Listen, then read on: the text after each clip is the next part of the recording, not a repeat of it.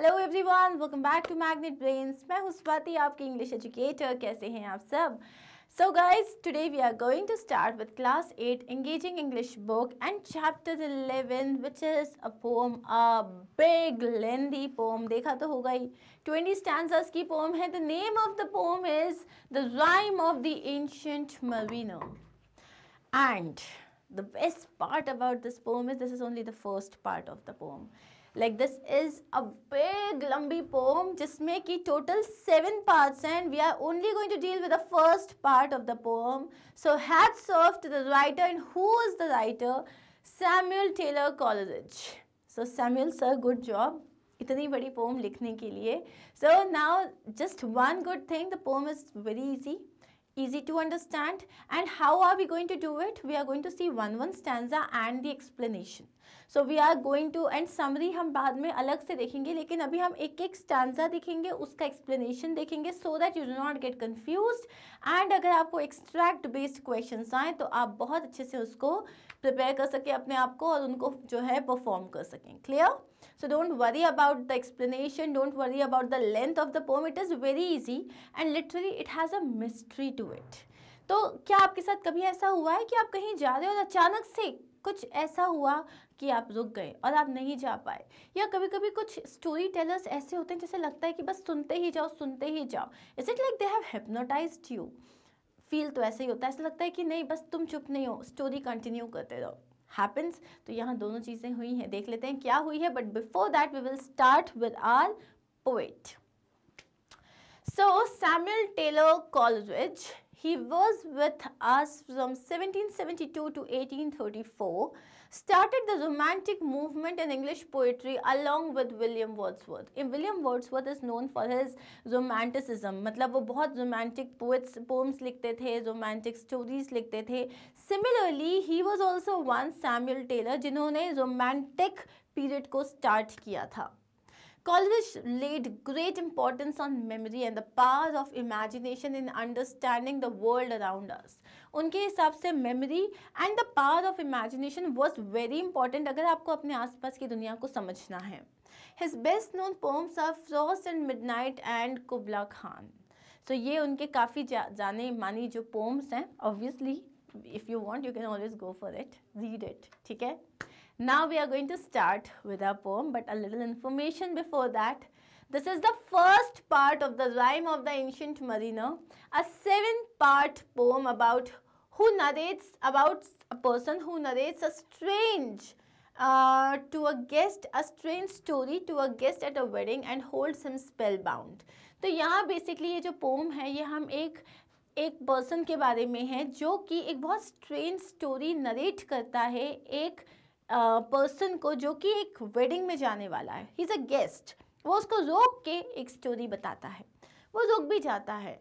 मतलब a person like just imagine you are wearing your lehenga, you are wearing all like suit and decked up and you are looking really good. आपकी किसी बहुत close relative की शादी है और शादी बस स्टार्ट होने वाली है. Like the functions are going to start. You are very excited for it and someone just holds your hand. कोई आपको रोकता है और आपको बोलता है नहीं मुझे तुम्हें एक स्टोरी बतानी है. तो पहले तो कितने खुश हो जाओगे ना, गुस्सा आएगा पहले तो कि अरे यार हो कौन तुम, क्यों मेरे साथ ऐसा करना चाह रहे हो. But then what happens is what we are going to see in this poem. So let's begin. It is an ancient mariner and he stopped one of three. By thy long grey beard and glittering eyes, now wherefore stops thou me? Mariner का मतलब होता है someone who works on a ship. Anyone like जो आप ship में जो है जो भी लोग काम करते हैं, they are known as the marine life. जो लोग जीते हैं उसे mariner कहते हैं. It is an ancient mariner. तो अब हम बात करें एक बहुत ही बूढ़े से आदमी की. ancient word जो यहाँ पे यूज़ किया है, ये जो ancient word यूज़ किया है इससे हमें पता चलता है that we are here talking about someone who is very old. ठीक है? How do we know that he is old and he is ancient? And he stopped one of three. So basically कोई 3 लोग हैं, उसमें से उन्होंने किसी एक को रोका.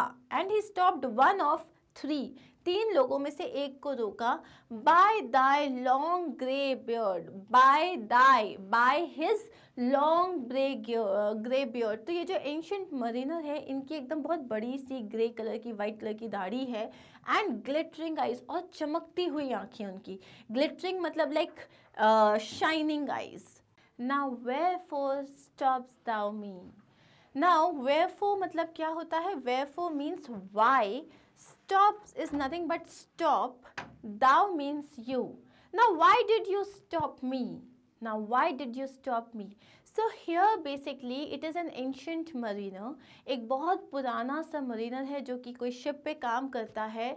उसने तीन लोग, कोई जो गेस्ट थे जो एक वेडिंग में जा रहे थे, कोई तीन लोग थे, उसमें से एक को रोका, एंड उसने अपनी जो बहुत बड़ी सी वाइट दाढ़ी थी उसकी और जो उसकी चमकती हुई आंखों से रोका, and the guest he asked why did you stop me, तुमने मुझे क्यों रोका। अब हम इसका एक्सप्लेनेशन देखते हैं।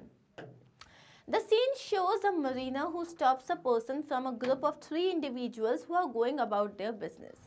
तीन लोग हैं जो अपने किसी काम के लिए जा रहे हैं, उसमें से वो एक को रोकता है।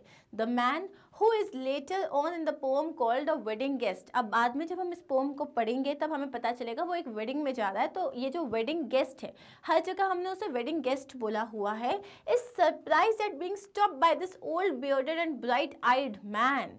वो बहुत सरप्राइज है कि अचानक से इस दाढ़ी वाले ने और एकदम चमकती हुई आंखों वाले इंसान ने इसे क्यों रोका है। The wedding guest asked the bearded man why he is stopping him. तो वो उससे पूछता है कि तुम मुझे क्यों रोक रहे हो।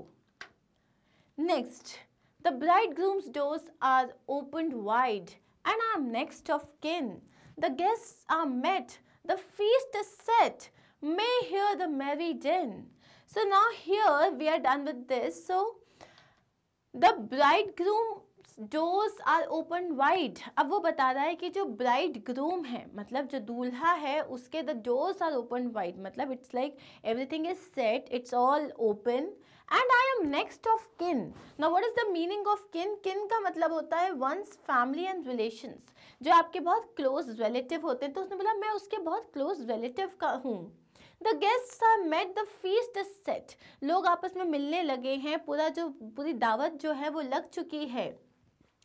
May hear the merry din, and now he is saying that may hear the merry din, मतलब अब क्या होता है जब वेडिंग होती है, सो अब बहुत ज़्यादा ढोल नगाड़े बजते हैं, you know there is a lot of music. So ये जो din है basically it means harsh noises. Here we are talking about the noises that they are making with this shehnai, with ढोल and everything.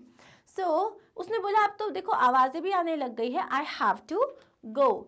Now all the wedding guests are gathered at the venue. अब वहाँ पे बता रहे हैं कि जितने भी wedding guest हैं वो सब venue पे आ चुके हैं, and they are awaiting the soon to start ceremony. शादी की जो ceremony है बहुत जल्दी start होने वाली है।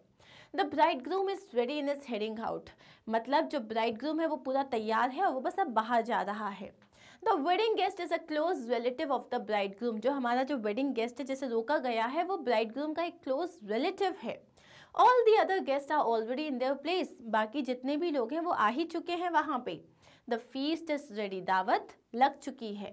The wedding might start any second now and the wedding is still stuck with the mariner. जो wedding है, पूरी wedding ceremony है, वो किसी भी पल start हो सकती है, लेकिन जो हमारे wedding guest है उसको mariner ने पकड़ के रखा हुआ है। He holds him with his skinny hand. There was a ship, quoth he. Hold off! Unhand me, grey-beard loon. Eftunes, his hand dropped he. He holds him with a skinny hand. अब ये जो old Mariner है वो उसको अपने हाथ से उसने पकड़ के रखा। अब उसने एक स्टोरी स्टार्ट करी। There was a ship, कोथ ही, वो क्या कहते हैं? कोथ का मतलब होता है कहना, said. He said, there was a ship. Now this person is not interested. जो हमारे वेडिंग गेस्ट उसने बोला होल्ड ऑफ, छोड़ो मुझे, अनहैंड मी, मेरा हाथ छोड़ो। ग्रे बियर्ड लून, लून का मतलब होता है फुलिश पर्सन। तो उसने उसको क्या कहा? अरे तुम स्टूपिड पर्सन, फुलिश पर्सन, मेरा हाथ छोड़ो। एफ्सून्स हिज हैंड ड्रॉप्ड ही। एफ्सून्स का मतलब होता है इमीडिएटली, इमीडिएटली वो उसका हाथ छोड़ देता है। So the wedding guest naturally rushes to get to the wedding. तो अब वो naturally rush कर रहा है, उसको wedding में जाना है, but he stopped by the marina. लेकिन उसको marina ने रोका हुआ है। The mariner holds him with skinny hand, वो अपने स्किनी हैंड से उसको पकड़ा हुआ है, and begins with his tale, और अपनी स्टोरी स्टार्ट करता है. He starts by saying that there was a ship, और वो कैसे बोलता है, there was a ship. And all the while we have the poor wedding guest who is completely bewildered and a little annoyed. और हमारे पास जो हमारा wedding guest है बेचारा, उसको पता ही नहीं हो क्या था. What was a ship? यहाँ पे ship की बात कहाँ से आ गई, वो शादी में जाने के लिए आया था. He was now getting irritated and annoyed. He tries to shoo the man away. वो कोशिश करता है to like shoo the old man away. He tells him to let go of him and calls him a grey-beard loon. वो उसको बोलता है मेरा हाथ छोड़ो, मेरा रास्ता छोड़ो, और उसको क्या बोलता है, एक grey old foolish person. The mariner lets go of his hand, और immediately जैसे वो ये कहता है, मरीना उसका हाथ छोड़ देता है. He holds him with his glittering eye. The wedding guest stood still and listens like a 3 years child. The mariner hath his will. वो उसको छोड़ देता है, but somehow he has still captured him, held him with his glittering eyes.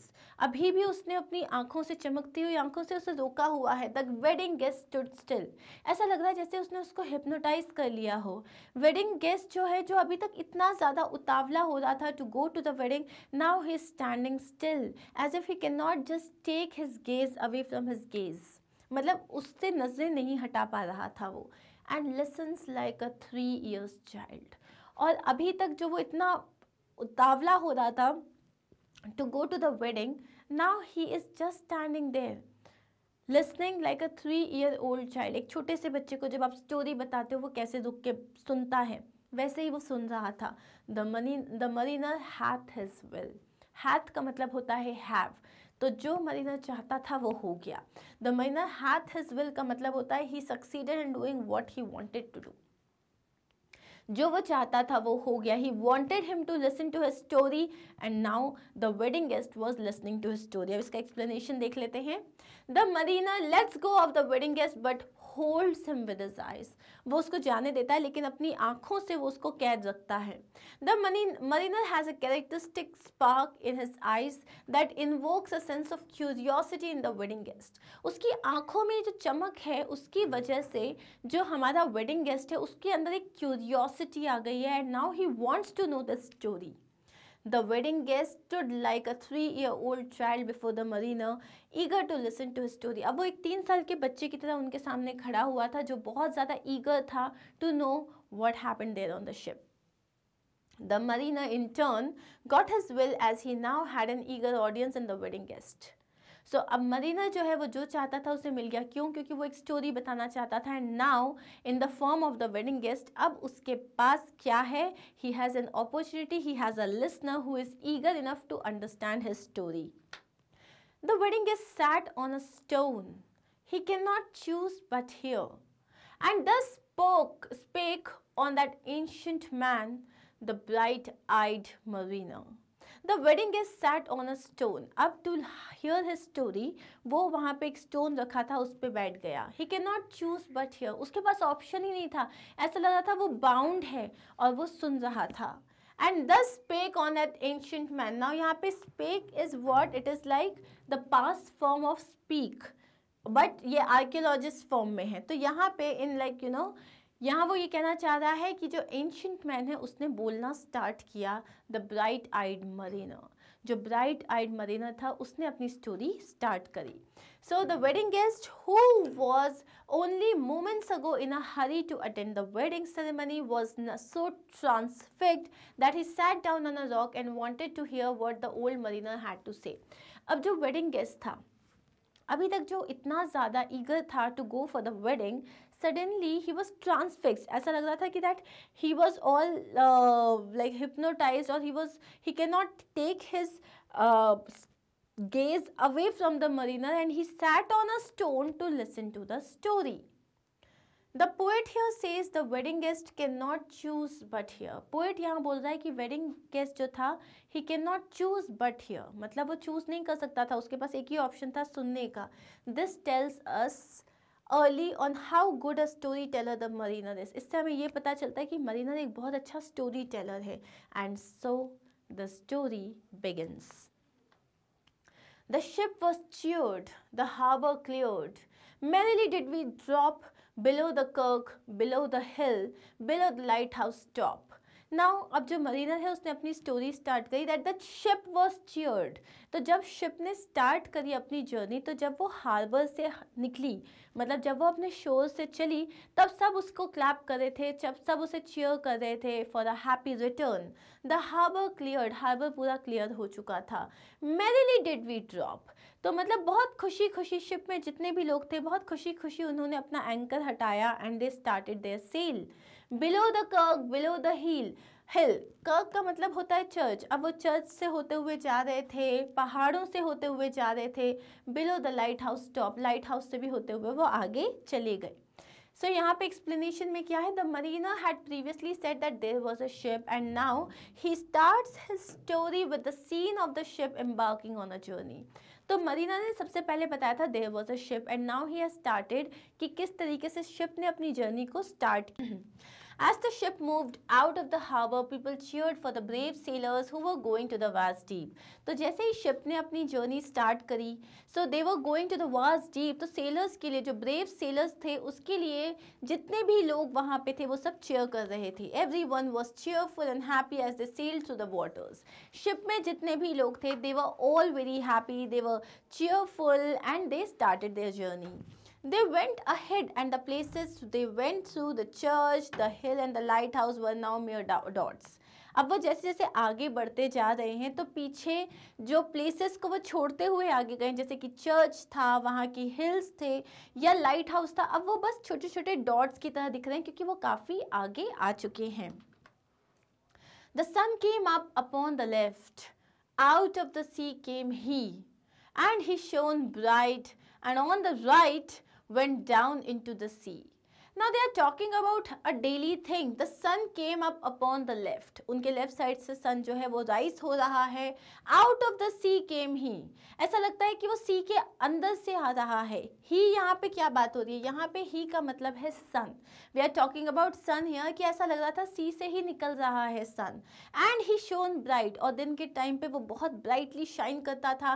And on the right went down into the sea, और फिर right से वो सी के अंदर चला जाता था. नाउ आप कौन से डायरेक्शन में जा रहे हो? अगर सन जो है जब राइज कर रहा है तो आपके लेफ्ट में है, और जब सेट हो रहा है तब आपके राइट में है. Now you have to tell me this in the comment section.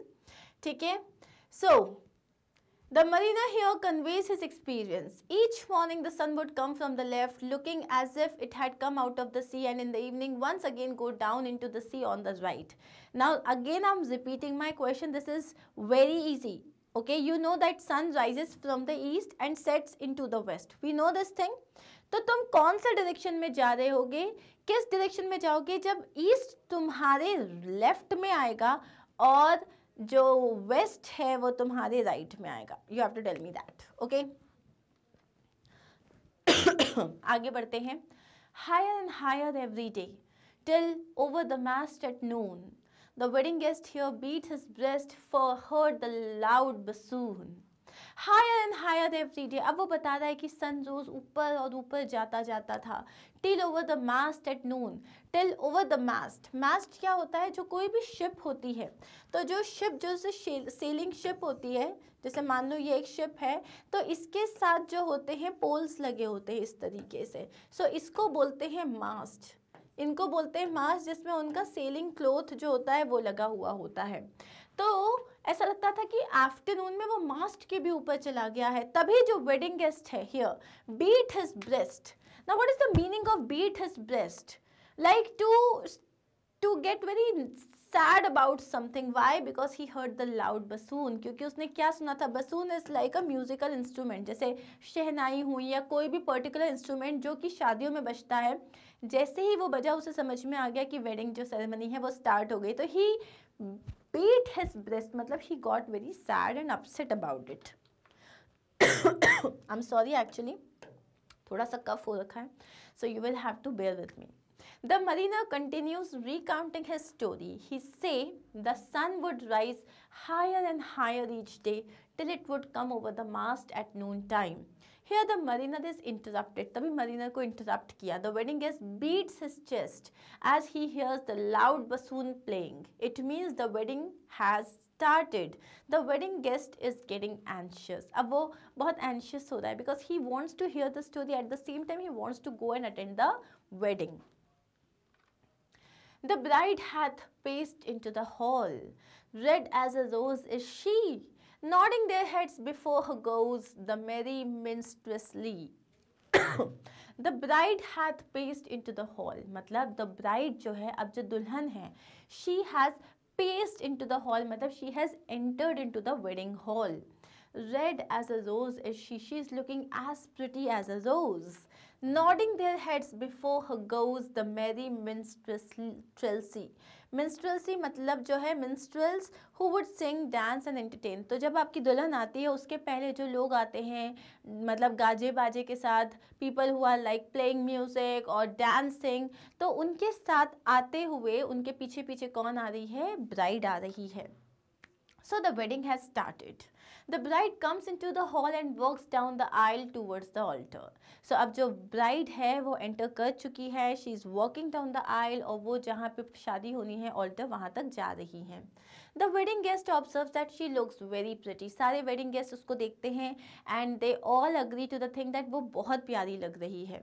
The poet compares her beauty to that of a rose. यहाँ पे poet बोल रहा है कि वो इतनी beautiful लग रही है, एक rose flower की तरह लग रही है वो. She is preceded by a host of people all very happy and in the wedding mood as she walks down the aisle. जैसे जैसे वो aisle में walk कर रही है उसके पहले उसके सामने बहुत सारे लोग happy mood में dance करते हुए, गाने गाते हुए जो है आगे उसके साथ move कर रहे हैं and everybody is very happy for her. The wedding guest, he beat his breast, yet he cannot choose but hear. And thus spake on that ancient man the bright-eyed mariner. So जो wedding guest है, he beat his breast. इसका मतलब he is anxious, he wants to attend the wedding, लेकिन he cannot do anything but hear. लेकिन वो जा ही नहीं सकता. He cannot go because the ancient mariner is narrating a story. So the wedding guest once again beat his breast. He was conscious that he was late for the wedding and should at once go inside the hall before the officiating started. उसे पता था, उसको इतना होश था कि wedding चल रही है और उसे ये भी पता था कि उसको अभी ये सब जो कहानी वगैरह छोड़ के उसको तुरंत अंदर जाना चाहिए before the ceremony starts. But he could not go because he was listening to the story. He was too immersed in the mariner's tale. वो बहुत ज़्यादा खो चुका था mariner की tale में. He could not help but stay and listen to the old mariner and he continued speaking. So वो कुछ नहीं कर पाया, वो बस वहीं बैठा रहा and he was listening to the story. And so the mariner continued his tale after the small interruption from the wedding guest. तो इस छोटे से interruption के बाद वापस mariner ने अपनी story continue करी. And now the storm blast came and was tyrannous and strong. He struck with his overtaking wings and chased us south along. यहाँ वो बोल रहा है अचानक से एक बहुत बड़ा storm आया. It was tyrannous and strong. और strong मतलब storm को उन्होंने क्या बोला है? It was tyrannous मतलब using power cruelly and unjustly. टिरनस मतलब अ पर्सन जो कि अपना जिसके पास इमेंस पावर है और अपना पावर बहुत ही क्रूअल्टी के साथ यूज़ कर रहा है, अनजस्ट तरीके से यूज़ कर रहा है. तो यहाँ जो स्टॉर्म को उसने बोला है, स्टॉर्म बहुत it was like a tyrannical monster. Why? Because उसके पास बहुत स्ट्रेंथ थी and it was using that power in a very unjust way. It was strong. He struck with his overtaking wings. तो यहाँ पे बोल रहा है जो स्टॉर्म है, स्टॉर्म की जो विंग्स हैं, ओवरटेकिंग विंग्स का मतलब क्या होता है? The extreme speed and pressure with which the stormy wind was blowing. यहाँ जो वो स्टॉर्मी विंड है उसको एक बहुत बड़े किसी बर्ड से कंपेयर किया गया है जो कि बहुत पावरफुल है और वो जो उसके जो ओवरटेकिंग विंग्स है वो स्ट्रक कर रहा है, स्ट्राइक कर रहा है and chase the south along. और उसने क्या किया? इतनी ज़ोर से जो हवा आई, जो इतनी पावरफुल विंड थी, जो स्टॉर्म था, उसने इनकी शिप को साउथ की तरफ डायरेक्ट कर दिया, मतलब साउथ की तरफ मूव कर दिया. The ship was progressing further day after day until the weather turned and the ship was caught in a storm. तो अब जो शिप है वो दिन पे दिन जो है वेदर शिप को जो है मतलब initially ship was moving nicely, all okay, peaceful, सब तभी क्या हुआ, ship was caught in a storm. That storm was strong and terrific. Storm जो था वो बहुत ज़्यादा स्ट्रॉन्ग था और टेरिफिक था.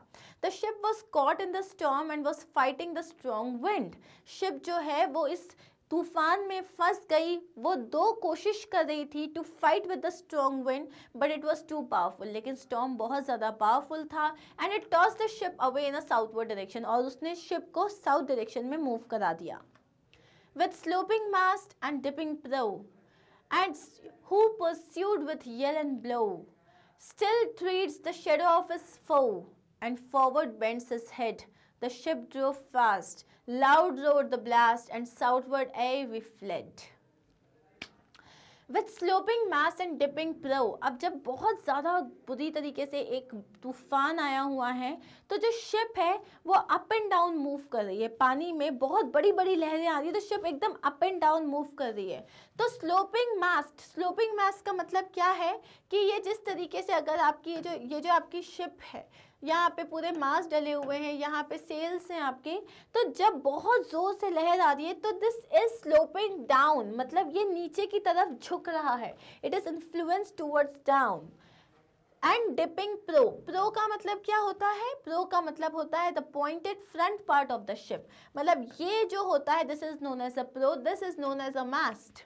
तो यहाँ पे जो मास्ट है, स्लोपिंग मास्ट मतलब which is going up and down and up and down, still treads the shadow as who pursued with yell and blow. और ये इस तरीके से लग रहा था जैसे कि अगर कोई किसी का पीछा कर रहा है, कोई किसी को चेस कर रहा है, तो जैसे अगर आपको पता है आपके ऊपर कोई पीछे से आपका एनिमी है जो आपके ऊपर वार करने वाला है या ऊपर से आपके पास कुछ कर, तो आप ऐसे झुक के आगे की तरफ चलते हो, दौड़ते हो, उसी तरीके से ये फील हो रहा था. As who pursued with yell and blow, मतलब चिल्लाते हुए और मतलब येल करते हुए कोई अगर आपको परस्यू करने की कोशिश करे तो आप कैसे भागते हो. Still treads the shadow of his four.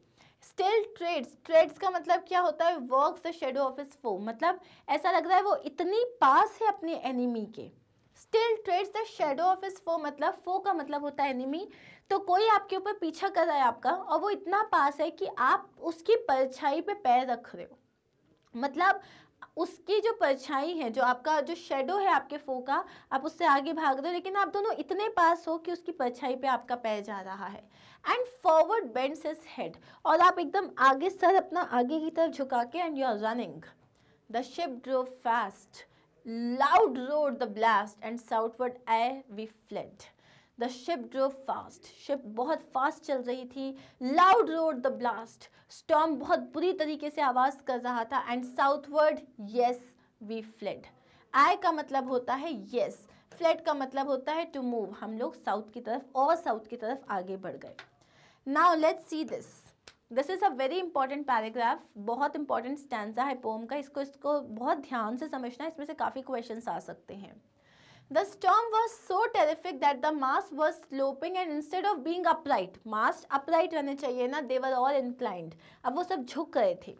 This means that the storm was tossing the ship up and down. इसका मतलब है जो storm था, जो तूफान था, वो ship को ऊपर नीचे toss कर रहा था. So that it looked as though the mast was sloping. mast नीचे की तरफ झुके नहीं थे, लेकिन जब slope आ रहा था और जब ship पूरा का पूरा झुक रही थी तो ऐसा लगता था mast भी झुक रहा है. The ship looked like a person on the run being chased by an enemy. ऐसा लग रहा था शिप जब झुकते हुए आगे की तरफ जा रही थी तो ऐसा लग रहा था it was like a person on the run being chased by an enemy. ऐसा लग रहा था कि वो एक पर्सन है जिसको कोई एक एनिमी है जो चेस कर रहा है और वो रन कर रही है. Who is shouting and pursuing with all his force. जो येल करते हुए आगे जा रही है, उसके ऊपर बहुत ज़्यादा ब्लो भी हो रहा है, लेकिन वो येल करते हुए अपनी पूरी ताकत से, पूरी फोर्स से आगे जा रही है. Just like a man running fast bends his head forward. Just like a man running fast bends his head forward. जैसे कि एक मैन जो है वो बहुत जोर से जब चलते हुए अपना सर नीचे की तरफ झुका लेता है. The front part of the ship was also bent forward. उसी तरीके से जो फ्रंट पार्ट था शिप का वो भी वैसा ही झुका हुआ था जब कोई अपने आप को बचाने के लिए दौड़ते हुए जा रहा है. The mariner further says that the enemy is so close that his shadow is falling on the persons being chased. मतलब अब वो ये कह रहा है कि जो एनिमी है वो इतना ज़्यादा क्लोज है, जो स्टॉर्म की बात हो रही है वो इतना क्लोज है क्योंकि जो पर्सन है जिसको चेस किया जा रहा है उसके ऊपर उसकी एनिमी की परछाई तक फॉल हो रही है. The storm continued to blow and it quickly carried away the ship towards the south pole. तो स्टॉर्म जो है वो कंटिन्यूसली ब्लो कर रहा था वो पूरी की पूरी शिप को कहाँ पे लेके गया, साउथ की तरफ. And now came both mist and snow and it grew wondrous cold and ice mast high came floating by as green as emerald. Now you have to understand this paragraph. And now there came both mist and snow. अब mist और snow क्योंकि ये south की तरफ जा रहे हैं, which is like polar region की तरफ वो जा रहे थे. So now came both mist and snow. अब पूरा हेजी हो गया, बहुत ज़्यादा स्नो था. And it grew wondrous cold, और बहुत ज़्यादा टेम्परेचर डाउन हो गया, मतलब ठंड बहुत ज़्यादा. वंडरस कोल्ड मतलब ठंड बहुत ज़्यादा बढ़ गई वहाँ पे. And ice mast high came floating by. अब यहाँ वो बोल रहे हैं आइस मतलब स्नो नहीं, आइस मतलब huge blocks of ice like icebergs, बहुत बड़े बड़े आइसबर्ग्स. मतलब मास्ट हाई मतलब जो मास्ट के जितने ऊंचे थे. They came floating by as green as emerald. Now emerald is what, it's a gemstone which is green in color. तो वो यहाँ क्या बोल रहा है, in these lines continue to narrate his story. जो हमारा मरीनर है, he continued to narrate story to the wedding guest. The mariner says that the ship reached the south pole full of mist and snow. Finally जो ship थी वो south pole आ गई जहाँ पे सिर्फ स्नो है, मिस्ट है. The cold was really unbearable. वहाँ बहुत ज़्यादा ठंड थी, it was almost unbearable. Icebergs as high as the mast of the ship were floating here and there in the sea. Icebergs जो एकदम शिप के मास्ट जितने ऊंचे थे वो इधर उधर बह रहे थे. And the greenish reflection of the sea makes the icebergs look like emeralds. अब जो पूरा जो सी है, जैसे ये पूरा सी है और यहाँ पे आपकी जो है आपका शिप है, यहाँ बहुत बड़े बड़े आइसबर्ग्स हैं जो मास्ट के जितने बड़े बड़े हाई हैं, बहुत बड़े बड़े यहाँ पे आइसबर्ग्स हैं. अब ये जो सी का ग्रीन कलर है और आइसबर्ग मतलब आइस के बने होंगे, इसका रिफ्लेक्शन इन आइसबर्ग पे आ रहा है, तो ये आइसबर्ग भी ऐसा लग रहा है ग्रीन कलर के आइसबर्ग हैं, वो एमरल्ड कलर के हैं. And through the drifts the snowy cliffs did send a dismal sheen, nor shapes of men nor beast we can. The ice was all between. Now here they are talking about the atmosphere, the place. And through the drifts, the snowy cliffs. And through the drifts, drifts मतलब ये जो floating ice है, the snowy cliffs मतलब जो steep sides हैं पूरे iceberg के, did send a dismal sheen. वो चमक रहे थे, बट उसकी जो चमक थी, उसकी जो ब्राइटनेस थी, जो आइसबर्ग हैं वो एक पत्थर की तरह, एक शाइनिंग स्टोन की तरह जो थे, दे वर शाइनिंग. बट उसकी जो शाइन थी उसमें कोई हैप्पीनेस नहीं थी, उसमें बहुत ज़्यादा सॉरो और पेन था. Nor shapes of man nor beast we can. ना वहाँ कोई एनिमल था, ना वहाँ पे इन मरीनर्स के अलावा कोई भी ह्यूमन था. वी कैन, कैन का मतलब सी.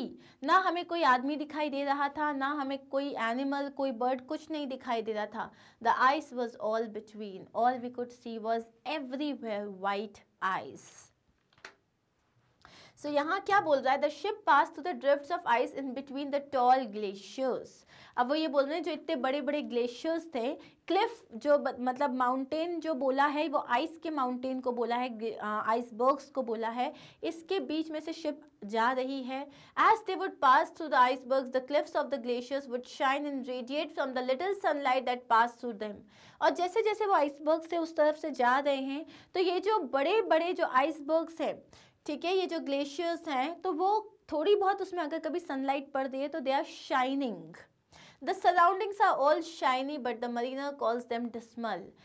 आसपास सब कुछ शाइन कर रहा है बिकॉज एकदम ह्यूज सॉलिड फॉर्म में आइस है, हर कुछ शाइन कर रहा है, लेकिन मरीनर उसको डिस्मल बोल रहा है. डिस्मल मतलब होपलेस बोल रहा है, सैड बोल रहा है, because the place they were was lifeless. क्योंकि जिस जगह पे वो थे वो एक लाइफलेस जगह थी जहाँ कोई नहीं था. He further says that they could not see any human being or any animal in that cold region as huge masses of snow blocked the view. अब वो ये भी बता रहा है कि वो आगे किसी एनिमल को नहीं देख पा रहे, कोई भी लिविंग बीइंग, लिविंग क्रिएचर को नहीं देख पा रहे, क्योंकि everywhere they can see is ice and ice, और बहुत बड़े बड़े ह्यूज मासेस हैं आइस के जिसने सब कुछ कवर करके रखा है. They were stranded. अब वो भटक चुके थे, उन्हें नहीं पता था वो कहाँ पे हैं. The ice was here, the ice was there. The ice was all around. It cracked and growled and roared and howled like noises in a swound. यहाँ भी आइस थी, वहाँ लाइक जो लिखा हुआ है the ice was here the ice was there, वो ये बताने के लिए that it was everywhere. Everywhere they could see was only ice, it was all around. It crackled and growled. तो अब यहाँ पे ये जो सारे इन्होंने ओनोमेटोपोइक वर्ड्स यूज किए हैं, क्रैक होना मतलब टूटना, ग्राउल करना मतलब आवाज़ करना, रोड मतलब दहाड़ना, एंड हाउल मतलब चिल्लाना बहुत बुरी तरीके से. ऐसा लग रहा था कि वो एक ओल्ड जो मतलब act of fainting, an old word for the act of fainting, sound की तरह वो मूव कर रहे हैं. इसका हम एक्सप्लेनेशन देख के इसको अच्छे से समझते हैं. The extent and spread of ice all around the ship have been emphasized with the repetition of the words like ice here, there, all around. यहाँ ये बताया गया है कि कितना ज़्यादा आइस था using the words here, there, all around. In all, there was ice all around. The words cracked and growled, roared and howled collectively convey their meaning through the sound they produce. अब जैसे कहीं ice टूट रही है, crackle हो रही है, कहीं जो है आइस फ्लोट हो रही है, तो हर तरीके की आवाज़ को यहाँ पे बताया गया है. The splitting up of huge chunks of ice, their sliding and falling into the sea has been described with these onomatopoeic words. तो जैसे वो किसी तरीके से जैसे स्प्लिट हो रहे हैं, वो स्लाइड कर रहे हैं, वो फॉल कर रहे हैं, तो किस तरीके की आवाज़ें आ रही है, ये इन 4 वर्ड्स के थ्रू एक्सप्लेन किया गया है. Besides, there is also a simile like noises in a swound. इस simile का मतलब क्या है? This means the noise produced by the splitting icebergs are such as the distant thundering and rumbling heard by a person in a fainting fit. तो एक person जिसको चक्कर आ रहे हैं, जैसे ऐसा लग रहा है दूर से कुछ आवाज़ें आ रही हैं, तो उसको कैसा लगेगा? तो जैसे ये आइस टूट रहे थे, ये स्प्लिट हो रहे थे ग्लेशियर से, या पानी में जा रहे थे, तो एग्जैक्टली वैसी आवाज़ आ रही थी, like a swound, like now noises in a swound. At length did cross an albatross, though the fog it came, through the fog it came, as if it had been a Christian soul, we hailed it in God's name. तभी वहाँ पे क्या हुआ? At length did cross an albatross. तभी वहाँ पे एक albatross आया. albatross क्या है? ये एक बहुत बहुत ह्यूज, बहुत बड़ा बर्ड होता है और बहुत ज़्यादा स्पीड में फ्लाई करता है. ये कहा जाता है, तो इसके बारे में हम आगे पढ़ेंगे कि it can take the entire round of an earth, okay, within few hours और something, will see that. So यहाँ पे बोला गया है, तो albatross at length did cross an albatross through the fog it came. और वो कहाँ से आया था? फॉग से होते हुए आया था. थ्रू मतलब यहाँ पे जो ये THROUGH लिखा हुआ है, दैट इज थ्रू, मतलब जो हमारा रियल वर्ड थ्रू है. As if it had been a Christian soul. ऐसा लग रहा था जैसे कि भगवान ने उसे भेजा. It was a Christian soul. We hailed it, मतलब we welcomed it in God's name. और भगवान के नाम पे हमें लगा भगवान ने भेजा है, हमने उसे वेलकम किया. In this part of the poem, we are introduced to Albatross, who plays a pivotal role in the poem. तो यहाँ पे हमने अब Albatross के बारे में बात कर रहे हैं, जो एक बहुत important role play कर रहा है इस poem में. The mariner says that after a considerable time had passed, an albatross came through the fog. अब मरीनर कह रहा है कि जब हम बहुत टाइम तक उस तूफान में फंसे रहे, फाइनली एक एल्बेट्रॉस आया. The albatross is a very large, chiefly white, oceanic and an ice-winged, stout-bodied bird. कैसा है ये? एक बहुत बड़ा वाइट कलर का, जिसकी ice-winged, stout body होती है, उस तरीके का एक बर्ड है जिसकी लॉन्ग नैरो विंग्स होती हैं, बहुत नैरो विंग्स होती हैं. And is mainly found in the Pacific and southern oceans. ये सिर्फ पैसिफिक और सदर्न ओशंस में ही फाइंड कर सकते हैं हम इसे. Now the mariner considers and compares the bird with a Christian soul. यहाँ पे वो लोग इस bird को एक Christian soul से compare कर रहे हैं. And hails it in the God's name, मतलब वो उसको भगवान के नाम पे welcome कर रहे हैं. It is to be noted that the albatross was the first living being the sailors came across in the region of mist and snow. अब यहाँ पे वो इतने खुश क्यों हो गए? Because that was the first living creature that they saw in like that mist and snow. Believing that it was just like them, a creature of God, the sailors welcomed it on board their ship. उन्हें लगा कि हमारी तरह ये भी एक भगवान का क्रिएचर है, तो उन लोगों ने उसको बहुत ही वार्म हार्ट के साथ वेलकम किया. Its arrival lifted their spirits and brought them hope. Somehow एक लिविंग क्रिएचर को देख के उन सब की जो होप, जो वो लोग होपलेस हो चुके थे, उनकी स्पिरिट्स हाई हो गई और उनकी होप जो थी वो बढ़ गई. It ate the food it never had eat, and round it flew. The ice did split with a thunder fit. The helmsman steered us through. मतलब अब वो खाना खाता था जो उसने कभी नहीं खाया. मतलब इनका जो खाना था वो लोग वो दे रहे थे, तो वो खाना खा रहा था जो उसने कभी नहीं खाया था. एंड राउंड इट फ्लू, और वो शिप के राउंड और राउंड चक्कर लगा रहा था. The ice dead split with a thunder fit. जिस आइस के कारण ये फंसे हुए थे वो अचानक से स्प्लिट हो गई और वो लोग अब आगे बढ़ सकते थे. The helmsman steered us through. Helmsman का मतलब होता है a person who drives, who steers a boat और अ शिप. तो जो स्टीयर कर रहा था उसको वो हमें आगे की तरफ लेके गया. Now talking about albatross, जो मरीनर है वो क्या बोल रहा है? He says the sailors gave it food and that they were caring for themselves. उन्होंने बताया कि उन्होंने जो albatross को वो खाना दिया जो हमने अपने लिए कैरी किया था. The bird had never had such food earlier. और ये जो बर्ड है उसने कभी ऐसा खाना नहीं खाया था. And it was hovering over the ship because there was food there. और वो शिप पे होवर कर रही थी बिकॉज वहाँ और खाना था.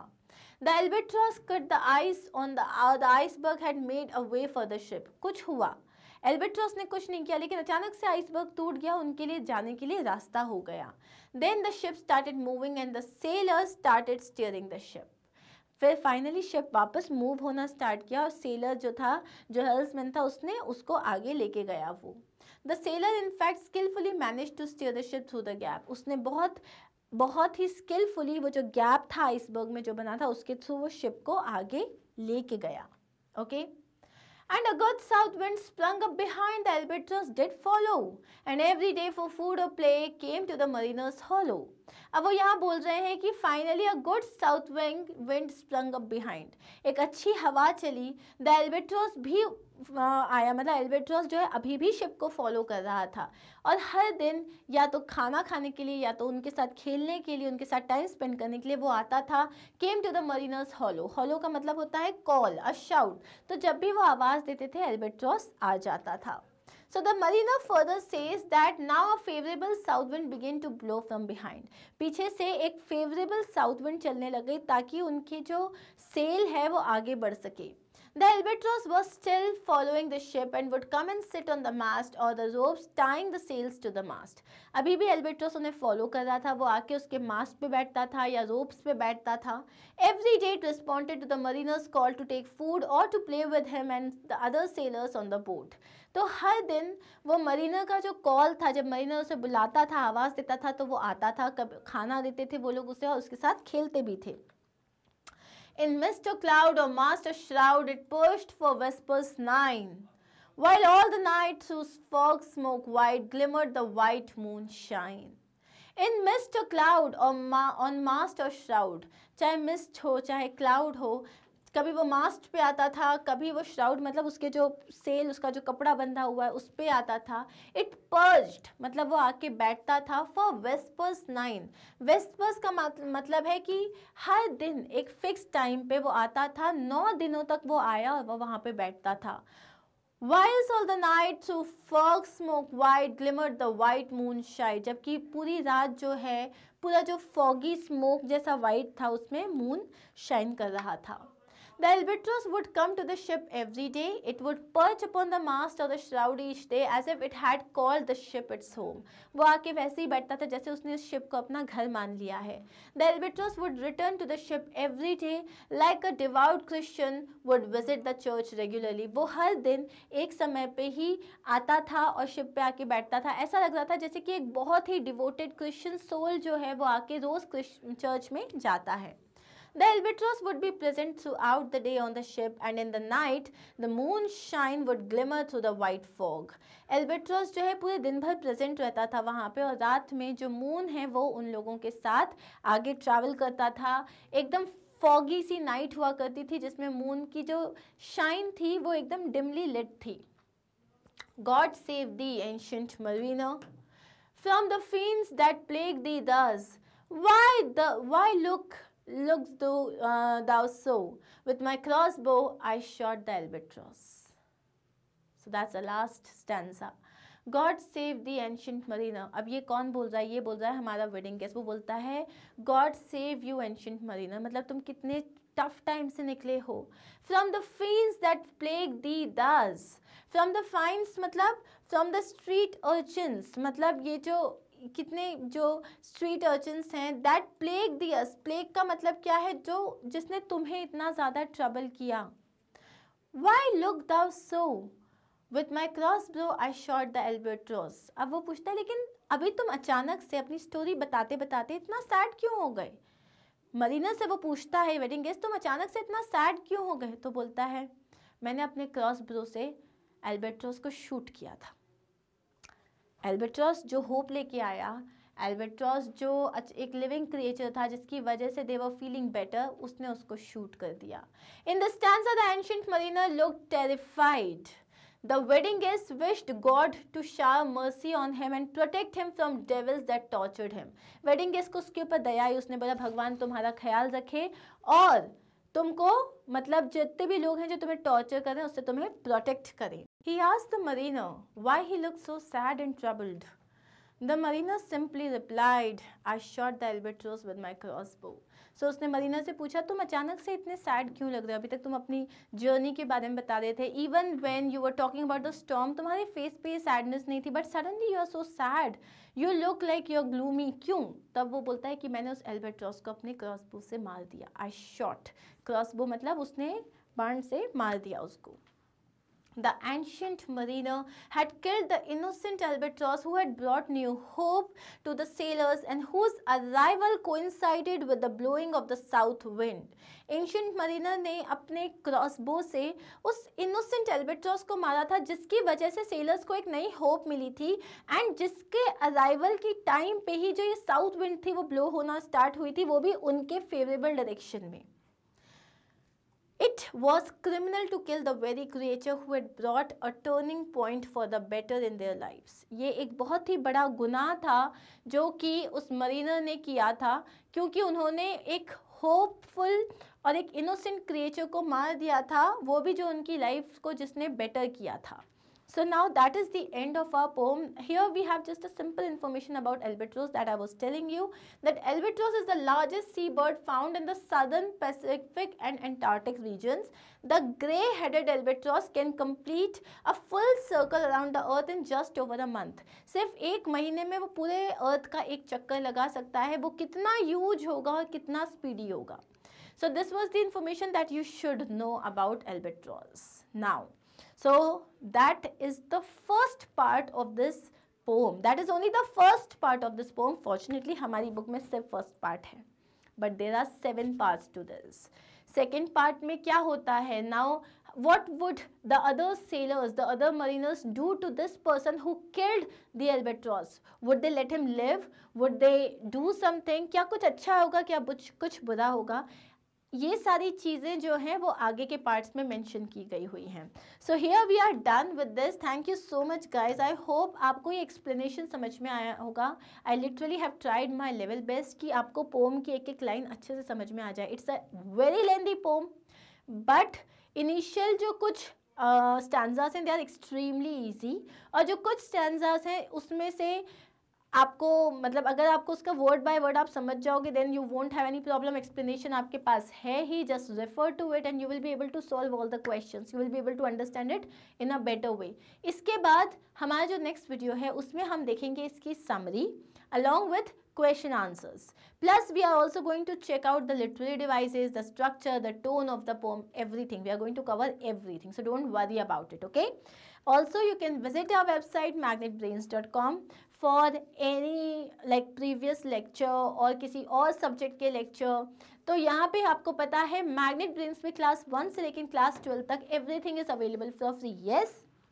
All you have to do is you have to click on the class that you wish to study. जैसे आपके क्लास पे आप क्लिक करते हो, आपके पास सब्जेक्ट पे क्लिक करने के बाद चैप्टर वाइज वीडियोस आ जाते हैं and your video will start. Now this is like what, this is chapter 8 of your book. That's it. So guys, that's it. I'm going to see you very soon in my next video. Take care of yourself. Do not forget to like, subscribe and share. Bye bye.